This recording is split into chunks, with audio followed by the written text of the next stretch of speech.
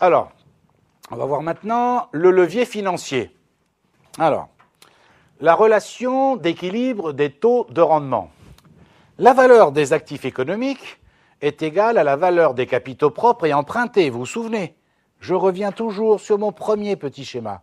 L'actif économique d'un côté, les IMO, le BFRE, les VMP, les dispos, vous êtes d'accord? Et de l'autre côté, on avait bien les capitaux propres plus les emprunts. Vous me suivez? Donc, la valeur des actifs économiques est égale à la valeur des capitaux propres et empruntés qui les financent. C'est-à-dire que A égale C plus D. Ça va, vous me suivez? Vous voyez, c'est très simple. Hein? La rémunération des capitaux propres et empruntés avant impôt est constituée par le résultat économique.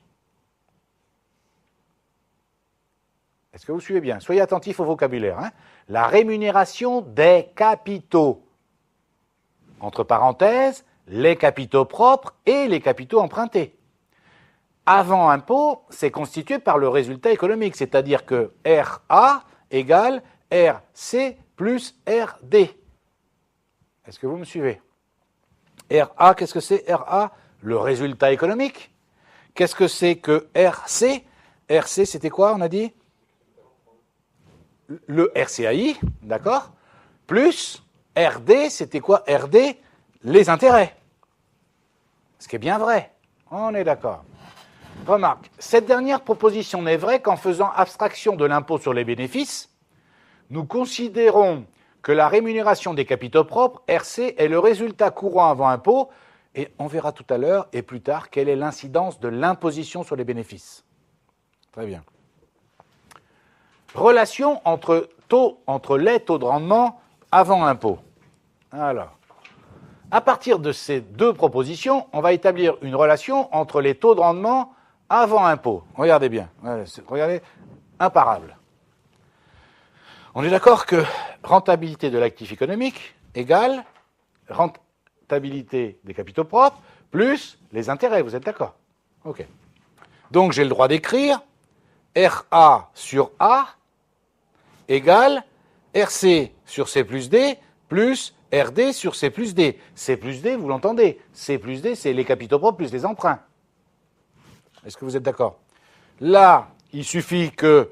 Alors, je vous fais la démonstration. On ne va pas vous demander cette démonstration, mais je veux que vous la compreniez. Donc, ici, qu'est-ce que je fais? J'ai le droit de l'écrire comme ça. RA sur A égale, je fais une petite manipulation. Je sépare RC divisé par C plus D en deux parties. Je vous dis, ça c'est RC sur C multiplié par, d'accord, C sur C plus D. Est-ce que vous êtes d'accord que j'écris la même chose, hein? Ça fait la même chose puisque je le multiplie. D'accord, donc le C s'élimine, il reste bien RC sur C plus D, donc je ne change pas, vous êtes d'accord? Et de l'autre côté, j'ai le droit d'écrire RD sur D multiplié par D sur C plus D. Comme je le multiplie, je peux le simplifier, vous êtes d'accord? Bien, regardez, qu'est-ce que je suis en train d'écrire? RA, la rentabilité économique, égale RC multiplié par C sur C plus D, plus RD multiplié par D sur C plus D. Est-ce que vous êtes d'accord d'un point de vue arithmétique? Là, je ne fais rien d'extraordinaire. Hein, là, il y a une astuce pour passer de là à là. L'astuce, c'est de séparer RC divisé par C plus D en deux parties et RD divisé par C plus D en deux parties. Vous êtes d'accord? OK. Donc, j'appelle cette relation petit 2. Le taux de rendement des actifs économiques. Le taux de rendement des actifs économiques, c'est la moyenne arithmétique pondérée des taux de rendement avant impôt, des capitaux propres et des dettes financières. Donc, on peut faire un petit schéma de synthèse. Vous allez voir, c'est tout simple. Vous allez retrouver ce qu'on vient de dire. Regardez. Ça y est, vous y êtes? Là, vous allez bien comprendre, j'espère, tout ce qu'on vient de dire. Vous vous souvenez? A, actifs économiques. C, les capitaux propres. D, les emprunts. Donc, il y a RA, forcément, hein, rentabilité économique, vous êtes d'accord? Et de l'autre côté, mécaniquement, forcément, rentabilité des capitaux propres et RD, les intérêts, vous êtes d'accord? Donc, maintenant, le taux de rentabilité des actifs, d'accord? De l'autre côté, on vient de le dire. C'est égal à quoi de l'autre côté? RC multiplié par C sur C plus D, c'est-à-dire le taux de rentabilité des capitaux propres, Et après, RD multiplié par D sur C plus D, c'est-à-dire le taux de rentabilité des intérêts. Vous êtes d'accord avec moi? OK? Voilà, c'est ça le grand principe. Et c'est quoi la formule du levier financier quand on le développe de cette façon-là? Eh bien, vous allez voir, on va étudier l'effet de l'endettement sur le taux de rendement avant impôt des capitaux propres.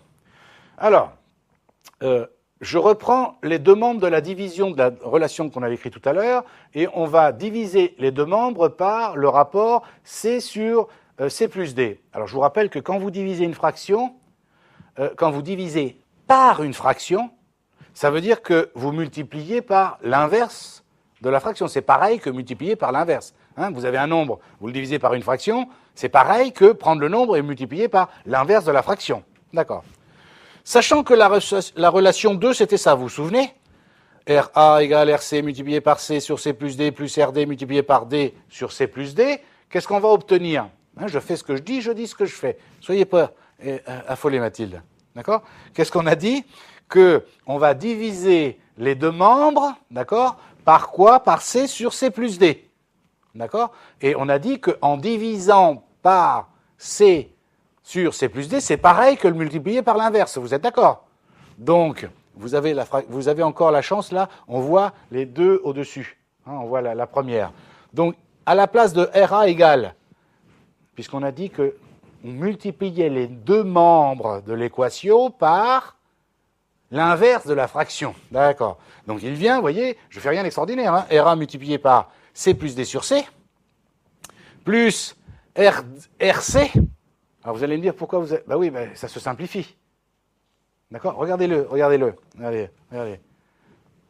À l'origine, c'était quoi la relation 2? RA égale RC multiplié par C sur C plus D. Si je multiplie ça par CD sur C, qu'est-ce qui vient? Est-ce que vous voyez que ça s'élimine? Ça se simplifie. Vous êtes d'accord au moins? D'accord? Donc c'est pour ça que ça fait RC. Et puis de l'autre côté, plus RD, multiplié par D sur C plus D, multiplié par C plus D sur C. Mais qu'est-ce qui vient? Ça y est? Après, on travaille sur les simplifications. Vous êtes en train de le voir. Alors, je ne vais pas reprendre mot à mot. Vous l'avez ici, hein, ligne par ligne. Mais après, une fois que j'ai ça, eh bien, évidemment, je vois quoi? Qu'il y a des C plus D sur C de chaque côté du plus, etc., etc. Donc, je simplifie. Et ce qui est important à savoir, c'est la dernière ligne que je vous ai mis en gras. RC, qu'est-ce que c'est RC? La rentabilité financière, la rentabilité des capitaux propres. Vous me suivez? Égale RA, la rentabilité économique, plus, j'ouvre la parenthèse, RA moins RD, RA, la rentabilité économique, moins les taux d'intérêt, multiplié par D sur C. Et j'appelle cette relation petit 3. Celle-là, fondamentale, super importante celle-là. Nous allons y revenir tout à l'heure. D'accord? On l'appelle la relation numéro 3. Le taux de rendement des capitaux propres. Eh bien, le taux de rendement des capitaux propres, est une fonction croissante du taux d'endettement dans la mesure où le taux d'intérêt des dettes, RD, est inférieur au taux de rendement des actifs, RA. C'est ça qu'on appelle le levier financier. Vous allez me dire, je ne comprends rien. Vous l'avez sous les yeux. C'est d'une simplicité enfantine. Regardez bien. Nous y reviendrons tout à l'heure. Mais, quand même, RC, qu'est-ce que c'est? Le taux de rendement des capitaux propres, c'est-à-dire ce qui intéresse les actionnaires. Les intérêts, je vais être un peu polémiste, évidemment, comme vous me connaissez, il n'y a que ça qui les intéresse, les actionnaires. C'est combien ils vont gagner, le reste, ils s'en foutent complètement, vous êtes bien d'accord? Mais regardez ce qu'on est en train de démontrer mathématiquement, que RC, le taux de rentabilité des capitaux propres, égale, regardez bien, RA, la rentabilité économique. Vous me suivez bien? La rentabilité économique, c'est la rentabilité qui est liée au résultat d'exploitation. On l'a vu. Regardez en français ce qui est écrit. Il y a bien écrit plus, là. Plus. J'ouvre la parenthèse. RA, la rentabilité économique, moins RD, le taux d'intérêt auquel l'entreprise emprunte, multiplié par D sur C. D, c'est le montant des dettes. C, c'est le montant des capitaux propres. Mais vous ne me voyez pas arriver avec mes gros sabots? Vous ne voyez pas, là, c'est monstrueux. que la rentabilité des capitaux propres pour les actionnaires va être d'autant plus grande que l'entreprise est endettée. Vous voyez pas que multiplié par D sur C, ne serait-ce que si vous avez, regardez bien, 2 fois plus de dettes que de capitaux propres. Est-ce que vous voyez que mécaniquement, d'accord, vous allez avoir une rentabilité économique, une rentabilité financière, pardon, pour vous, actionnaires, qui serait égale à combien? La rentabilité économique plus RA moins RD multiplié par 2. Quelle est la limite dont je vous parlais tout à l'heure? Oui, la limite, c'est qu'il ne faut pas que le taux d'intérêt soit supérieur à la rentabilité économique. Parce que sinon, eh oui, ça y est, la voilà la limite. La voilà la limite qui tue. Mais tant qu'on n'est pas dans cette limite-là, plus on est endetté, meilleure sera la rentabilité financière. Oui, je sais que c'est un peu surprenant comme ça, parce que beaucoup de gens partent sur le vieil adage qui dit « qui paye ses dettes s'enrichit ». Et moi, je suis en train de vous dire « qui emprunte s'enrichit ». C'est imparable. Sauf qu'il y a une limite. Il ne faut pas que les taux d'intérêt soient supérieurs à la rentabilité économique. Comprenez-le, regardez. La rentabilité économique, c'est le résultat d'exploitation. Vous me suivez? On fait simple. Si le résultat d'exploitation est de, on s'en fout, 100 000, mais que vous avez 110 000 d'intérêt, est-ce que vous comprenez que le résultat courant, il va être de moins 10 000? Donc il ne faut pas, si vous comprenez, il ne faut pas que les intérêts dépassent le résultat d'exploitation. C'est ça l'idée, en fait. C'est tout bête. D'accord? OK? OK. Eh bien, c'est ça qu'on appelle le levier financier. Alors, on va faire la suite de l'exemple pour que vous compreniez bien. Calculons le taux de rendement des capitaux propres pour différents niveaux d'endettement. On a dit que le taux d'intérêt des emprunts RD, c'est 5%. Et nous allons considérer que le taux de rendement des actifs de la société A, c'est RA, c'est 10%, c'est-à-dire le rendement prévu. Et dans un deuxième temps, que la rentabilité des actifs a chuté à 2%. C'est-à-dire que dans un premier temps, on va considérer que le taux de rendement des actifs RA, c'est 10%, puis après on va voir si jamais RA baisse à 2%, parce que la conjoncture est moins bonne que prévu. Eh bien, regardez, est-ce que vous êtes d'accord que je mets pour plusieurs niveaux d'endettement? Alors, si les dettes égale 0. Est-ce que vous êtes d'accord que les capitaux propres égale 10 000? Vous êtes d'accord toujours avec ça? Je n'ai pas changé. L'actif économique est égal à 10 000. Vous êtes d'accord? De l'autre côté, il y a deux choses, les capitaux propres et les dettes. Si les dettes égale 0, on est d'accord, les capitaux propres, ça fait 10 000. Ça fait, bien sûr. Donc, le taux d'endettement, D sur C, ça fait 0. Si les dettes sont à 4 000, les capitaux propres sont à 6 000, donc le taux d'endettement, D sur C, c'est 2 tiers, 66, 67. Si jamais les dettes sont à 6 000 et les capitaux propres sont à 4 000, ça veut dire que les dettes sont le taux d'endettement, D sur C, les emprunts sur les capitaux propres, c'est 150%. Vous êtes d'accord? C'est clair pour tout le monde, ça? OK. Ben voyons maintenant le taux de rendement des actifs économiques en fonction des différents montants des dettes. On est bien d'accord que le taux de rendement des actifs économiques, RA, égale 10%, vous êtes d'accord? Et taux de rendement des capitaux propres, RC, qu'est-ce qu'on a dit que le taux de rendement des capitaux propres, c'était quoi? Allez, on a dit, vous l'avez ici. Vous vous souvenez de la formule? RC égale RA, 10%, puisqu'on a dit que dans un premier temps, on prenait plus 10% moins le taux d'intérêt, et le tout multiplié par... Alors, le taux d'endettement, vous êtes d'accord? Oui? Dans ce premier petit tableau, nous sommes dans le cas où RA est égal à 10%. Dans cette cellule, c'est le cas où il n'y a pas d'endettement. Vous me suivez? Regardez ce qui se passe. C'est complètement logique. La rentabilité des capitaux propres, RC, vous le voyez là, 10%, elle est égale à la rentabilité économique. C'est normal, puisqu'il n'y a pas d'endettement. Maintenant, je vais dans la deuxième colonne. Dans la deuxième colonne, qu'est-ce que j'ai?